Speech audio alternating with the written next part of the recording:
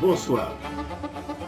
Je reprends contact avec vous après l'interruption de quelques mois sur le thème de l'innocence. Ce serait comme c'est pas un travail d'érudition, je ne suis pas philosophe ni anthropologue ni rien de tout cela, donc c'est une sorte de méditation sur l'innocence que je vous propose aujourd'hui. L'innocence, bien sûr, elle doit aussi être mise en contraste avec la culpabilité, hein, qui est son opposé. Mais j'ai pas vraiment envie d'aborder le thème de la culpabilité, euh, en tout cas pas beaucoup plus que pour l'effleurer seulement. Je préfère me concentrer sur l'innocence et je veux d'abord parler des animaux.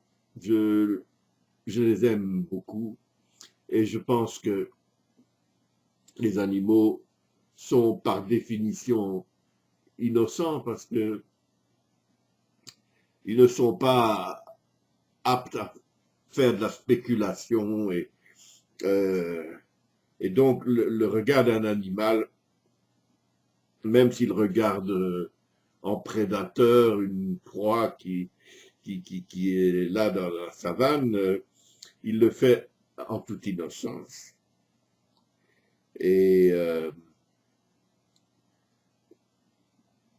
je n'irai pas jusqu'à reprocher à un lion de tuer une antilope, même si elle est magnifique, parce que pour le lion, il n'y a pas là l'ombre d'un meurtre. Il vit simplement sa vie de lion qui est orchestrée par un programme biochimique qu'on peut appeler son instinct. Et voilà, pour un lion, c'est comme ça qu'il doit vivre. Il a faim, il doit rechercher une proie et se nourrir. Mais ça ne lui enlève donc pas sa qualité d'être innocent.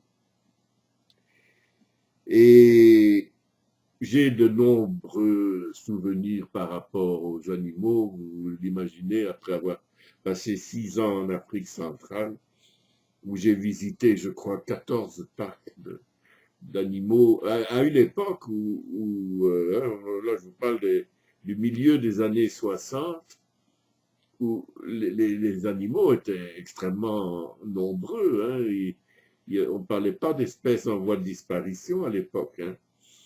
Et j'ai d'ailleurs des souvenirs d'un voyage au Kenya euh, où nous avions choisi de nous promener en voiture avec chauffeur, s'il vous plaît, parce qu'on avait profité d'un taux de change tout à fait avantageux en transformant nos francs belges de notre salaire en francs du Burundi, un taux, puis au marché de Bujumbura, on pouvait obtenir un autre taux pour acheter des shillings east-africains, enfin, une combine assez bizarre qui nous avait permis de nous louer donc une belle voiture avec un chauffeur. Et dans un sens, on a bien fait parce que on a vu des choses tout à fait étranges. Par exemple, que sur la route, nous avions dû nous arrêter pour céder le passage à un rhinocéros qui traversait la route, pour vous dire que les animaux n'étaient pas en voie de disparition comme aujourd'hui. Donc là, on est en dehors du contexte des parcs d'animaux. Hein. Et une autre fois, c'était des girafes qui couraient le long de l'auto et, et même une fois, on a dérangé un troupeau d'éléphants et je peux vous dire qu'il y avait une femelle qui veillait au grain et qui nous avait donné tous les signaux d'intimidation et qui s'apprêtait à charger. Et là, l'expérience de notre chauffeur a été très utile puisqu'il nous a évidemment tiré de ce mauvais pas. Et puis, bon, ma femme était biologiste, alors on était vraiment euh, dans l'innocence la plus admirable de toute cette variété d'antilopes que dont on avait fait le projet d'apprendre les noms par cœur, enfin, comme des petits étudiants bien sérieux et enthousiastes. Et je me rappelle aussi d'avoir, et j'ai un peu honte, hein, acheté à l'époque un portefeuille en lion que je ne peux pas regarder aujourd'hui avec beaucoup de culpabilité. Euh, mais comme je vous disais, à l'époque, il n'y avait pas. D'abord, on ne parlait pas d'écologie, on ne parlait pas de tout ça, et il n'y avait surtout pas non plus d'espèces en voie de disparition, comme aujourd'hui. Enfin, je m'en fais pour ce portefeuille, mais je ne suis pas à mettre dans le même panier que ces chasseurs de gros gibier qui viennent encore aujourd'hui en Afrique pour abattre parfois dans des enclos des fauves ou des éléphants simplement pour faire une photo où ils peuvent poser leurs pieds sur la carcasse de leur victime. Ça, je trouve ça vraiment à vomir et je ne sais pas comment je pourrais les, les charger de la pire des malédictions, ces gens-là. Quand on n'a pas ce rapport brutal aux animaux, on peut arriver à leur inspirer une confiance totale et alors ils se livrent avec justement une innocence tout à fait émouvante qui se voit dans un regard où il n'y a absolument aucune espèce de spéculation ou d'évaluation. Et j'ai regardé récemment un documentaire en plusieurs épisodes sur une réserve de bonobos au Congo, en République démocratique du Congo. Et on voit surtout les bonobos les plus jeunes, parce que les adultes sont des animaux qui peuvent être dangereux. Hein, ils ont 3 fois la force d'un homme. Euh, c'est autre chose encore que Rocky ou Schwarzenegger, je ne sais quoi, enfin. C'est vraiment des animaux dangereux. Mais les bébés, ils sont d'une candeur, d'une simplicité. Ils vous prennent la main pour vous attirer vers ce qu'ils veulent vous montrer, tout ça. C'est tout à fait charmant et émouvant.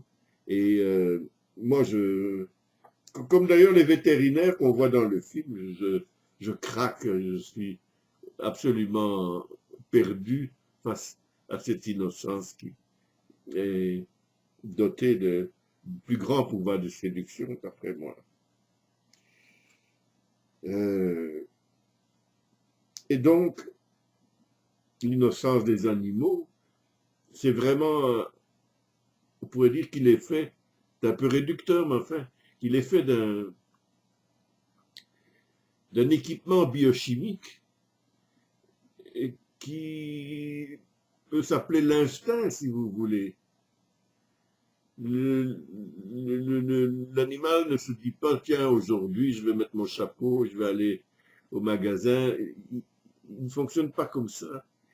Il sent une pulsion de faim, bon, il regarde autour de lui, est-ce qu'il y a à manger, est-ce qu'il est herbivore ou carnivore, et tout s'enchaîne comme ça sans qu'il n'y ait jamais eu une interférence, minime en tout cas, peut-être que la mère de l'animal a transmis quelques consignes de sécurité, mais euh, le regard de l'animal est d'une transparence totale, il n'y a pas de filtre, rien ne filtre, et alors on a l'expression de cette innocence à l'état pur, qui pour moi est un véritable miracle.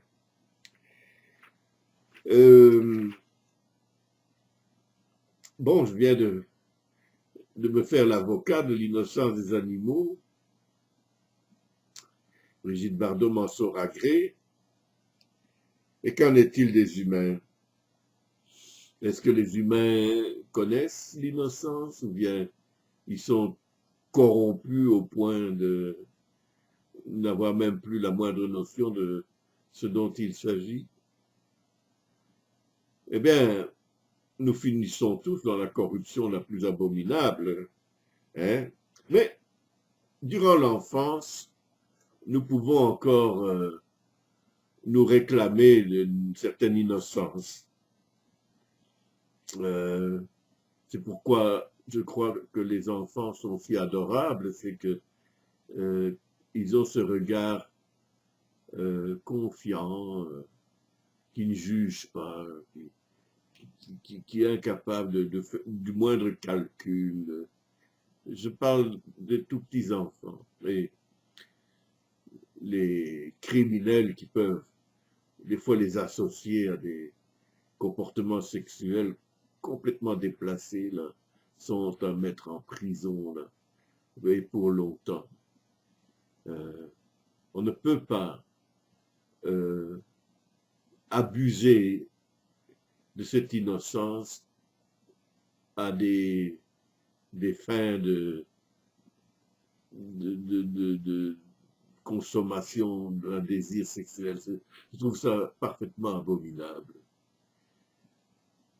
Aussi abominable est d'ailleurs l'association ou la manipulation de cette innocence pour l'associer à un contexte religieux, radical, politique.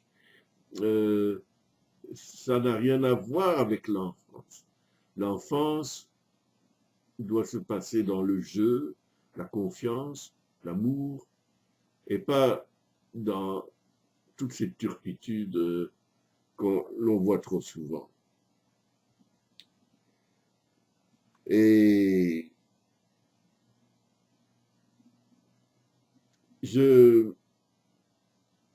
à ce stade de mon exposé, je repense à un voyage que j'ai fait à Sulawesi.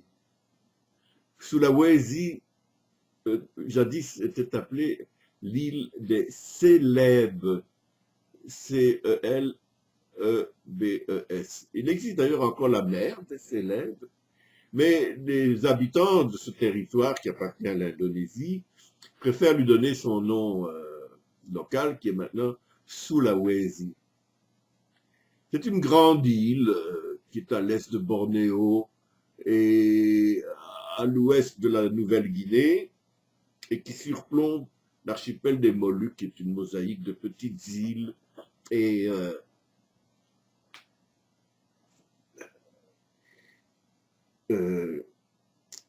qu'est-ce qui m'avait attiré sur l'île de Sulawesi? Eh bien, les mythes funéraires d'une tribu qui vit dans les montagnes. Et cette tribu s'appelle les Toraja. Ils sont remarquables à plus d'un titre. Ils ont des maisons qui ont la forme d'un crâne de bœuf avec de longues cornes évasées. Moi, j'ai un crâne de vache un peu comme ça, mais qui vient d'Afrique, pas d'Asie, mais aussi aux cornes très évasées. Et ils ont des rites funéraires très compliqués qui impliquent une fête qui demande qu'on rase une colline pour en faire une sorte d'aréna. Et les gens arrivent de partout avec des cadeaux, puis il y a de grands massacres d'animaux. J'étais invité à une telle fête, mais je n'ai pas voulu voir les massacres d'animaux, hein, pour les raisons que vous imaginez, mais je trouve qu'en l'occurrence, ils ne sont pas innocents, là. Les Torajas, je veux dire.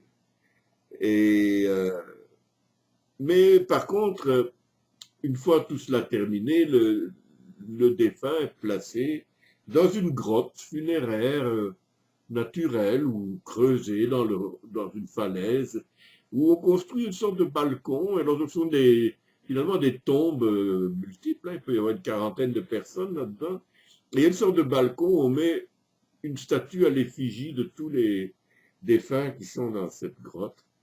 Et ça fait de ces balcons avec de très jolies statues, mais qui au cours des années, évidemment, avec les pluies qui tombent sans arrêt, perdent leur couleur, deviennent toutes gris, le bois se fend, les yeux tombent, et il n'y a plus que le squelette de ces statuettes, mais qui est d'autant plus étrange et plus impressionnant. Euh, et j'ai visité tout cela avec étonnement et un certain effroi même. Et le deuxième jour de ma visite, mon guide me disait, je vais vous montrer un arbre mangeur de bébés. J'ai sursauté, évidemment, un arbre mangeur de bébés, mais de quoi parlait-on juste? Et il m'amène devant un arbre, et il y avait une sorte de grillage tressé en feuilles de je ne sais quel buisson, et il me disait qu'on avait creusé dans l'arbre un trou pour y installer un bébé mort, et qui était alors rebouché avec cette espèce de panneau tressé, mais qu'au bout d'un certain temps, l'arbre cicatrisait autour du bébé et se refermait. Alors c'est tout à fait extraordinaire. Pas tellement ça, parce que j'avais vu, notamment dans le site d'Angkor au Cambodge, des temples entiers vraiment broyés par des racines de fromager, en fait, c'est assez impressionnant. Et même en Amérique du Sud, dans la province de Misiones en Argentine, dans justement des ruines d'anciennes missions jésuites, j'ai vu des arbres presque avaler des statues, hein. C'est assez étonnant. Mais ce que je trouve encore plus impressionnant dans le cas des arbres mangeurs de bébés, c'est que euh, paraît-il, quand par hasard on abat un de ces arbres par la foudre ou autrement, enfin, que il n'y a plus de trace du bébé, comme si l'arbre l'avait digéré, alors que certains arbres peuvent contenir jusqu'à une dizaine de bébés. C'est tout à fait incroyable. Et cette situation m'a porté à réfléchir sur mon innocence, justement. Je me sentais un petit peu comme ces arbres mangeurs de bébés où on aurait foré des trous pour installer des paquets de certaines choses, par l'éducation, hein, dans mon cas. Euh, et des choses qui ne sont pas forcément à mon détriment. Là n'est pas la question. La question est que j'ai dû ingurgiter ça d'une certaine façon. Et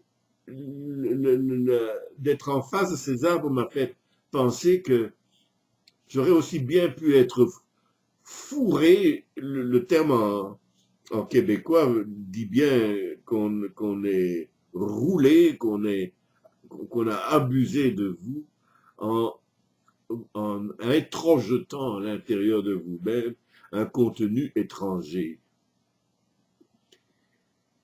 Que qu'il soit profitable ou non d'ailleurs, hein, parce que il est certain que,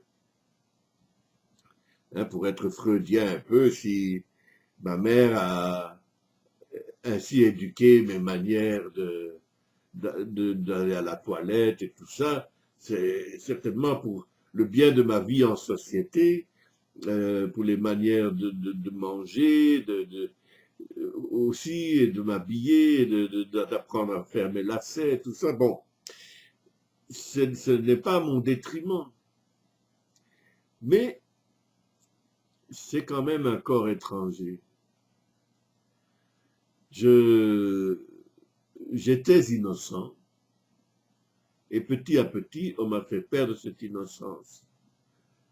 Oh, la perte d'innocence due à la mère, elle est importante, mais elle est, comme je dis, elle n'est pas détrimentale. Mais qu'en est-il alors de, des contenus qu'on avale à l'école, des contenus qu'on avale à l'église, qu'on avale à l'armée, si on a encore un service militaire à faire? Moi, j'ai fait mon service militaire. Je vous dis pas la somme de conneries qu'il m'a fallu ingurgiter, que j'ai d'ailleurs recraché aussi sec, n'est-ce pas? Et je me suis mis à regarder avec nostalgie ma propre innocence perdue par ce processus-là. C'est sûr que il fut un temps, avant toute cette transmission, où j'avais sur les choses un regard d'une transparence totale, aucun filtre. Euh, il n'y avait pas de comparaison avec rien. Quand j'appréhendais quelque chose, c'était avec une nouveauté totale et sans la moindre intention de nuire. Et la perte de cette innocence-là, mes chers amis, est vraiment le drame suprême.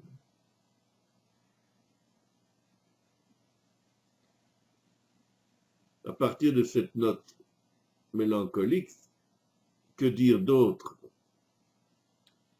Est-ce qu'on peut retrouver une forme d'innocence à l'âge adulte? Ah, c'est toute la question. Je peux m'empêcher de penser à un film de Jean-Pierre Melville. Je ne sais pas si ce réalisateur français vous est familier, mais il est mort trop tôt. Il a probablement fait une douzaine de films, je ne compte pas avec précision là, mais enfin, et tous sont des polars, presque tous sont des, pas tous, mais beaucoup sont des polars extraordinaires. Et parmi eux, il y en a un qui, pour moi, est la quintessence du polar et qui est magistralement joué par Alain Delon. D'ailleurs, Alain Delon a donné une petite interview sur son rôle dans ce film et il disait que, avec une confiance peut-être de petit bébé, il s'en était remis totalement à Jean-Pierre Melville pour ce rôle. Et c'est un film où Delon parle très très peu. C'est pas un rôle muet, mais vraiment, il y a très peu de paroles qui sont échangées. Il est souvent seul. C'est un prédateur. Euh, c'est un tueur à gages. Mais Melville arrive à nous persuader que Delon dans ce film est de cette race-là, qu'il n'agit pas comme quelqu'un qui a choisi un mode de vie et qui pense que c'est un bon moyen d'existence. Il est cela. Et il y a des plans où, je ne sais pas comment il est arrivé à obtenir ça de Delon, où le regard de Delon, qui était un très très bel homme, hein, mais son regard, il a, il a pu embrayer sur cette dimension d'innocence animale.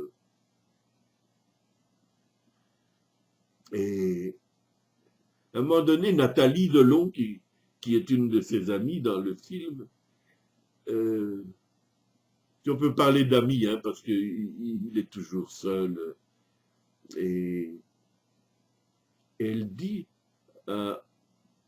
au commissaire de police qu'il ne lui a jamais fait de mal.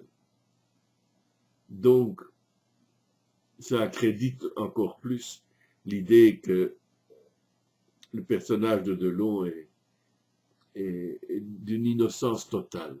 Et donc, on pourrait presque dire que dans le film, on voit un tueur qui s'y connaît. Hein. Il y a des scènes qui sont très violentes, mais il n'est pas vraiment coupable. C'est un peu la démarche de tous les films, hein, parce que euh, le héros, qu'il soit bon ou mauvais, est toujours soutenu par le spectateur, hein, puisque c'est le rôle principal. Mais dans ce film-là, je trouve que Melville est arrivé à extraire de l'eau quelque chose de tout à fait inouï à ce niveau-là. Voilà, le tueur à gages innocent.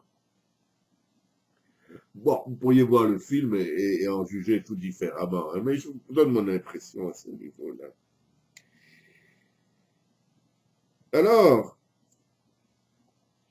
à l'âge adulte, quand on n'est pas le personnage d'Alain Delon dans Le Samouraï de Melville, je ne sais pas si j'avais dit le titre du film, en tout cas c'est Le Samouraï, qui porte en exergue d'ailleurs un petit texte nulle solitude n'est pire que celle du samouraï, sauf peut-être celle du tigre au fond des bois. Et c'est tout à fait le thème de ce film. Ma citation n'est pas tout à fait juste, mais dans l'essence, elle contient la même idée. Mais nous, pauvres adultes, qui ne sommes pas des prédateurs nés comme Alain Delon, quand pouvons-nous éventuellement retrouver un instant d'innocence? Moi, ça m'est arrivé dans des méditations. Ça m'est arrivé au cours de séances d'hypnose. Ça m'est arrivé aussi dans des rêves. Et c'est les seuls moments où véritablement on peut retrouver un peu de son innocence. Voilà, j'avais voulu partager avec vous ces idées sur l'innocence en une sorte de méditation, pas vraiment le mot, puisque c'est une causerie, oui, un peu méditative quand même, mais pas au sens bouddhiste du terme méditation. J'espère qu'elle va déclencher chez vous des rebondissements intéressants ou salutaires. Et je vais terminer en vous souhaitant à tous de passer une journée formidable, comme j'espère que sera la mienne également. Soyez à l'abri de tous les problèmes du monde et sous la couette peut-être retrouverez-vous une lueur d'innocence qui va illuminer votre vie. Bonne journée à tous.